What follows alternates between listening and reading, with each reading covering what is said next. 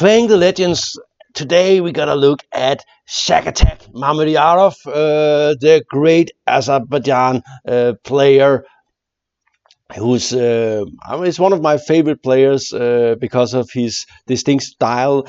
I got to play him in 2015 and I got crushed. And we're gonna see that game, and I'm gonna talk a little bit about how it is to play against guys like that, 27, 60 something, and or 40 or whatever he has.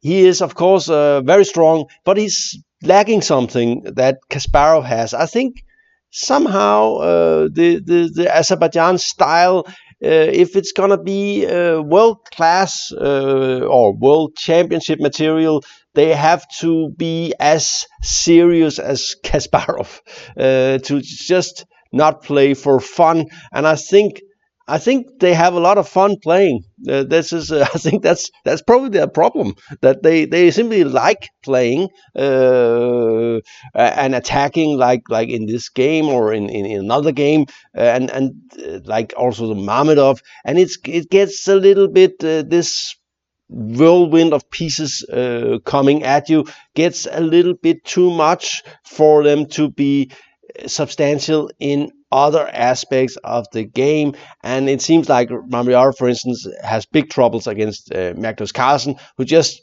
calculates just as well, but also got the other stuff in his armor.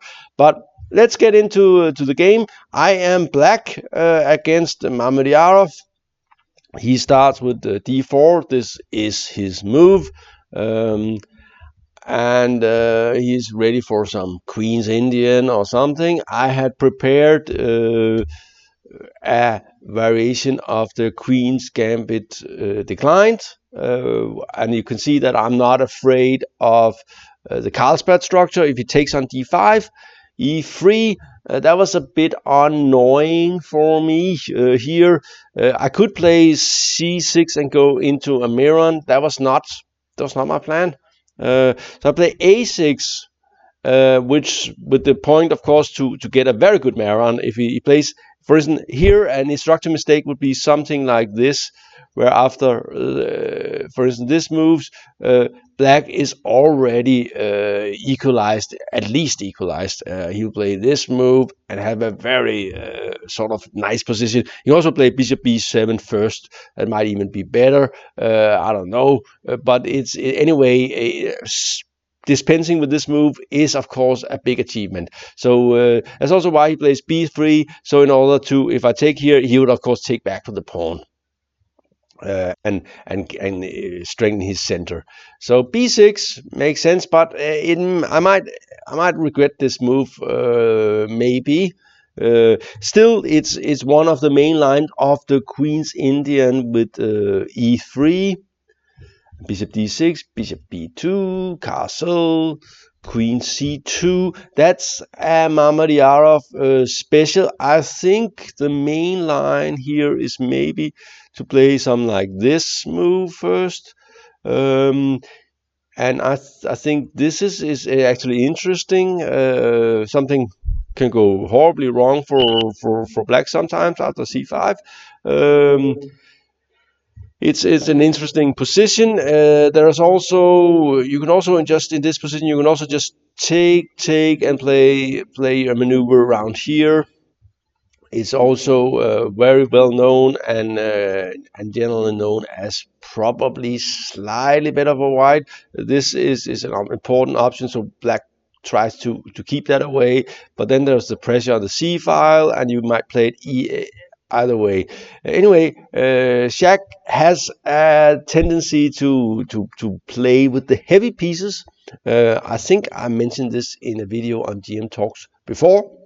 He likes heavy pieces a lot. He especially likes rooks, and he likes to bring out the queen and the rooks very fast, and is very good at that, activating pieces, which is a style characteristic of the Azerbaijan players, Azeri as they're called. Rook e1.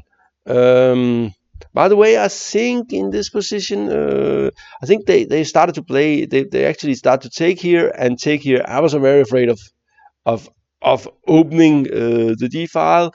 Oops, we'll get rid of that one. But there's also something for black here, and maybe this move is good. I don't know. And sometimes black can even go for a perpetual check with check and queen g5 and queen h5. Anyway, I think they stopped playing this line as white, so it's not played anymore. I play queen e7, rook e1. Notice that with this constellation, usually on rook e1, black will play this move, but it's not possible because there are a lot of pieces on the e4 square, and this is the important square. I played rook e8. I didn't know what to do. I was expecting him to take, and then the rook is good here. He played e4, and I thought, okay, but then I can play something like this, exchange a lot of pieces, then I'm not gonna get mated. And here I had this idea. This was my idea. Just exchange the pieces and hopefully just play knight f6 and maybe get it in c5 at some point, and exchange the rest. He took, and here comes a very, very unpleasant move, which I had not seen. c5, cutting the queen off, and bringing a lot of disharmony into my position. It's a very typical for the sort of Fischer principle. In order to get squares, you have to give squares, and here white gives away this square, but he does get this square if black takes it, and some pressure on the c file. And this square, well, it's not that great. It doesn't attack anything. Sometimes it's very good, sometimes it's not so good. Here it's not really fantastic. So I was when he played this move, I really didn't like it. Play this move, just getting ready to maybe attack something and get a normal position. Also, it would be nice to have my queen back into the game. I'm of course always afraid that he will Shak-attack me on the king side with the rook and the knight and so on. h3, very, very nice little move. Also showing that Shakriyar, by the way, that's such a cool first name for a chess player. Shakriyar. I don't know.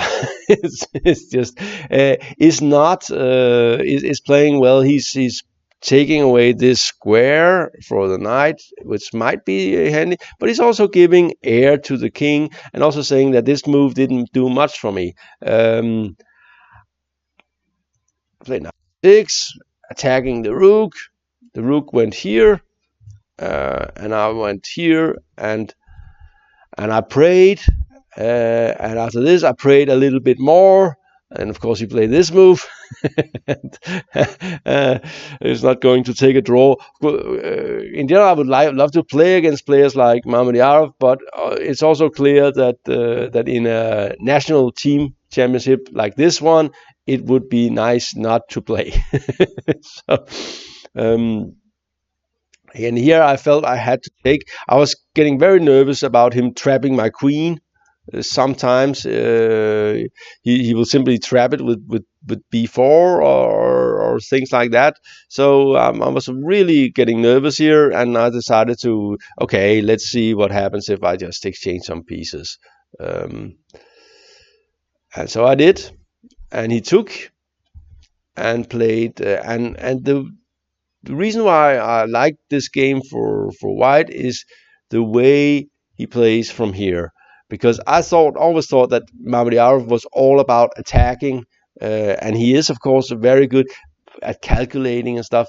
But his technique in this game was simply outstanding. Because I don't think most players would be able to sort of show the control here. And here I thought, I'm threatening the pawn. And I'm threatening the knight to d5, where it will be good. I'm fine here. I might even be better. And then comes a very cool shower, White to move. Play like Shakriyar Mamedyarov. What will White do in this position? Why is he a legend? Well, he's a little bit of a young legend. You could say that it's maybe a little bit too early to put him in the Hall of Fame, but he is, of course, undoubtedly one of the best players that had ever lived. So I think he will get that spot anyway. So here comes a good move, Rook e4. A very, very typical Azeri style, defending the pawn by attacking, sort of, you can say. The problem is if it takes, then it will be trapped, I think. Yeah, comes like this, and attacking the knight. The knight has no squares, but what about this move? Check here, and then this move. Well, then there's this move, and winning a piece.